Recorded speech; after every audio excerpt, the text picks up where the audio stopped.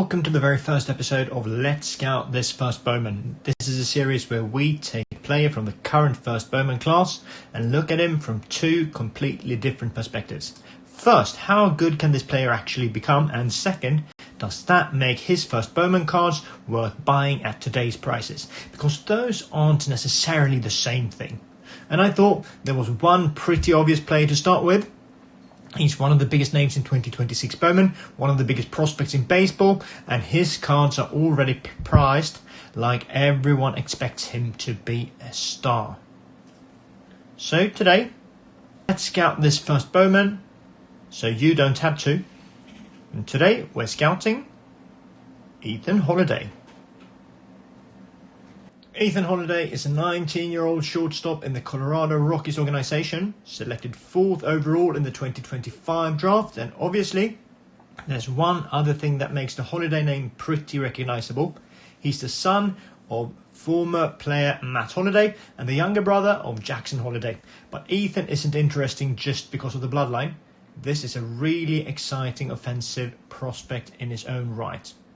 He's a big physical left-handed hitter at 6'2", around 210 pounds, and the carrying tool here is pretty obvious, it's power.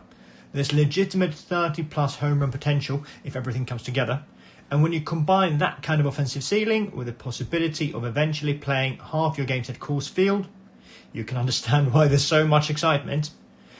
But he's also a very young player with plenty of development left. He's currently ranked number 17 by MLB Pipeline and number 63 by Baseball America, so we're already talking about one of the better prospects in baseball. My rough ETA would be around 2029, so this isn't somebody we're expecting to see in Colorado next season. There's still a long road between where he is now and the major leagues. And that's important when we eventually start talking about his card prices.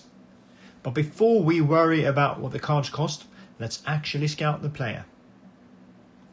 The scouting profile is actually pretty easy to understand. Ethan Holliday's standout tool is his power, which I've given a 65 on the traditional 20 to 80 scouting scale. That's potentially plus power. And that's the tool that gives him such a high offensive ceiling. Everything else is much closer to average. I got the hit tool at 50, run at 50, arm at 55, and fielding at 50. And actually, I think that's important when we evaluate him.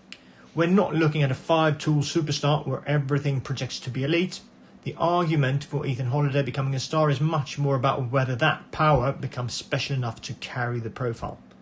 There are things I really like beyond the raw power. His approach and awareness at the plate are encouraging for such a young hitter, and if he makes enough contact, the offensive ceiling is enormous.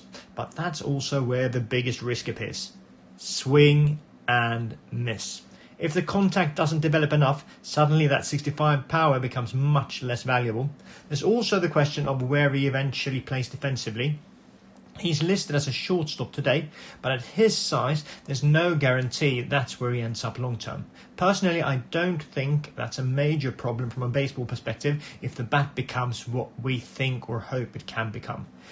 But it does put even more pressure on the offense. Overall, I see the upside as an impact everyday major league hitter, but with significant development risk, and that's exactly what you'd expect from a player this young. The good news is that in 2026, we're already starting to see some evidence that the offensive upside might be real.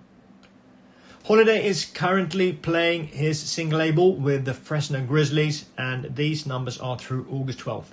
In 122 at-bats, he's hitting .262 with a .395 on-base percentage and a .557 slugging percentage. That's a .952 OPS. But the number that immediately jumps out to me is the home runs. 9 home runs just in 152 plate appearances. For a 19-year-old playing full-season professional baseball, that's extremely encouraging.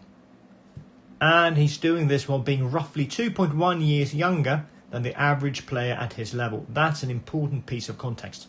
I'm generally much more interested in a prospect producing like this when he's young for the level than somebody putting up the same numbers against younger competition. The 395 OBP is another positive sign because it supports what we talked about earlier.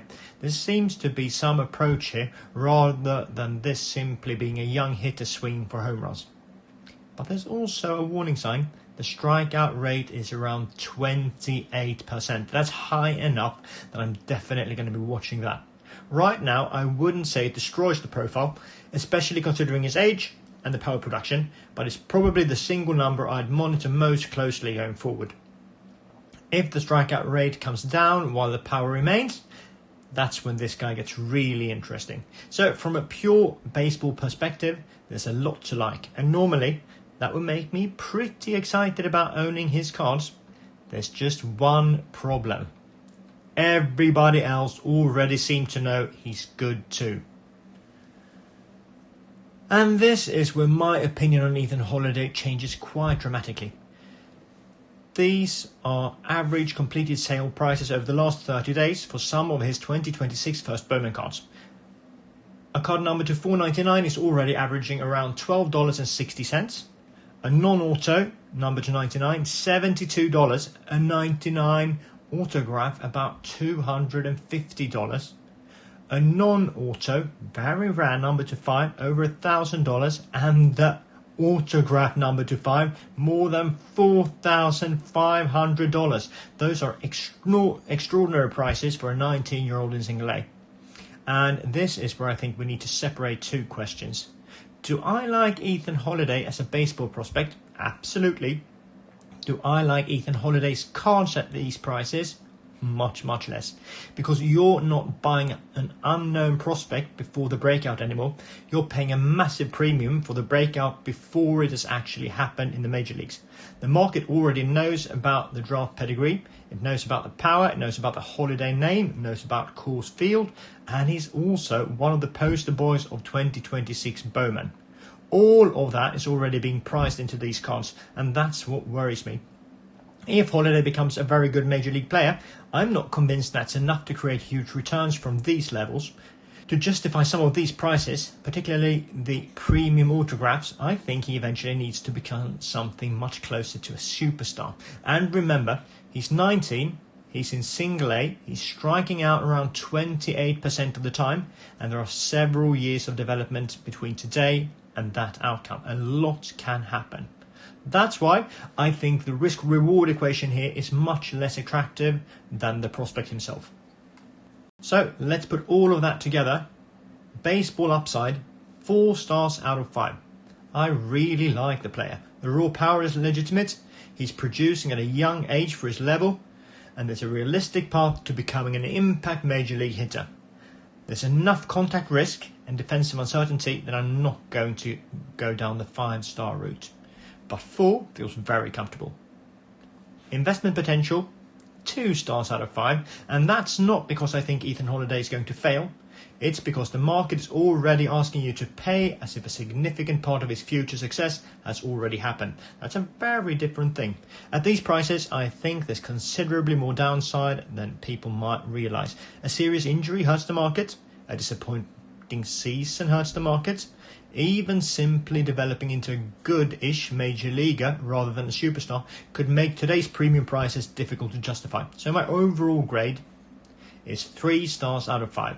Excellent prospect, much less exciting investment at the current price, and that leads to my recommendation, and this might surprise you. Sell. If I pulled a significant Ethan Holliday parallel or autograph from 2026 Bowman today, particularly one of the expensive cards, I'd be very tempted to take advantage of the current market rather than betting that these already enormous prices go substantially higher.